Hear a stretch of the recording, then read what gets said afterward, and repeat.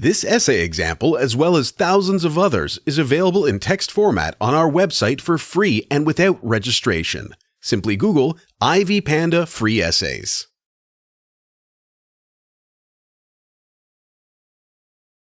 O'Connor's Good Country People is a story that revolves around Joy Holga, the main protagonist, and Manly Pointer, the antagonist. Joy, who later changes her name to Holga, has lost a leg during a childhood accident and is fitted with a wooden leg.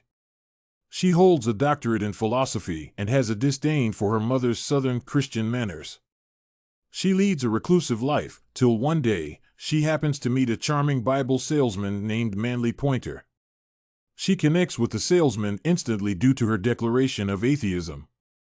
Their friendship develops in an intimate vein, and it leads to a secluded loft in a barn. Manly Pointer, in an intimate moment, asks her to take off her artificial leg. When she agrees to remove her prosthetic leg, he grabs her wooden leg, stuffs it into his suitcase, and leaves her stranded in the loft. Thesis: Flannery O'Connor builds the plot of Good Country People on the theme of deceptive appearances using a framework of symbolism and irony. The element of irony is very much overpowering in this story. Thus, there is irony in the title, in the characters, in the names of the characters, and also in the title of the story. The story is not about good country people, but complicated people with deceptive appearances. Holga is not as happy as she sometimes thinks she is. Her mother is not as proud of her daughter as she shows outwardly. The Bible salesman is not as religious as he pretends he is. Thus, they are all people who deceive either themselves or others. The irony in the name is well brought out by Joy, who is anything but joyous.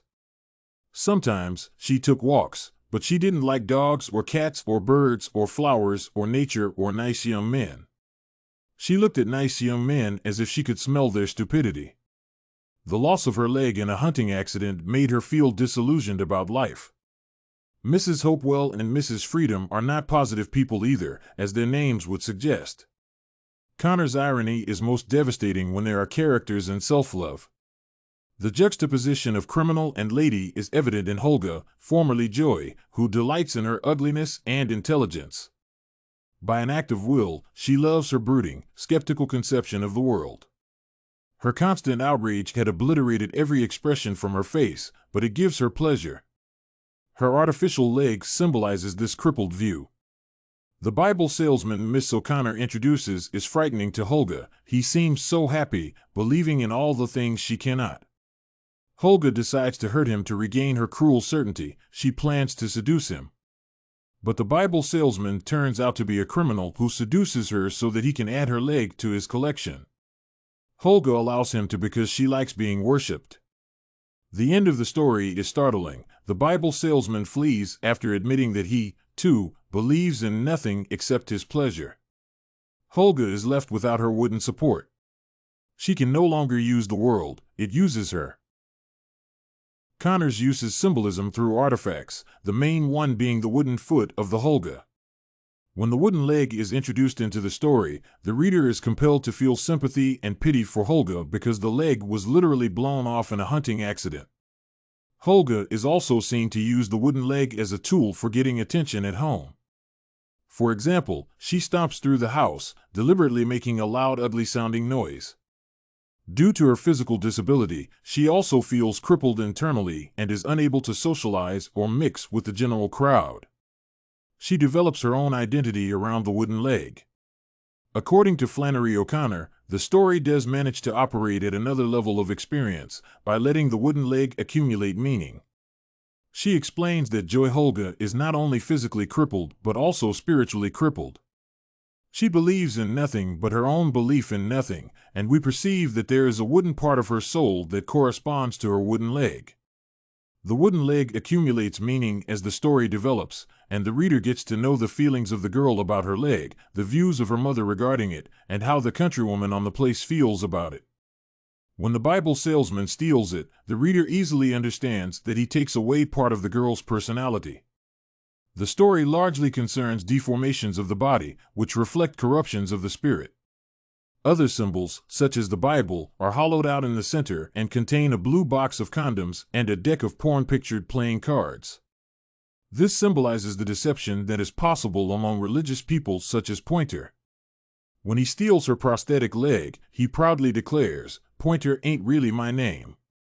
I use a different name at every house I call at and don't stay nowhere long." He reveals his true nature, saying that he is no believer. "You ain't so smart. I have been believing in nothing ever since I was born." Another powerful symbol is Holga's glasses. Holga has trouble seeing without glasses. To symbolically indicate that her perception of life as she knew it was changed, Pointer is said to take her glasses away in the hayloft. When her glasses got in his way, he took them off her and slipped them into his pocket. Pointer makes her blind by this act and robs Holga of the ability to perceive clearly. He does this before exploiting her trust in the most grotesque manner possible, by stealing her wooden leg. Here, the glasses are symbolic of Holga's clarity of vision. Thus, we find that Flannery O'Connor, through her plot and characters, deals with the theme of deceptive appearances. Her use of symbolism is evident through the many artifacts, whereas irony permeates the title, the names of characters, the plot, and the complex characters themselves. Did you like this analysis of O'Connor's Good Country People's sample? To get more works like this one, make sure to check out the database of academic paper examples at ivypanda.com. You will find thousands of samples for all your study needs.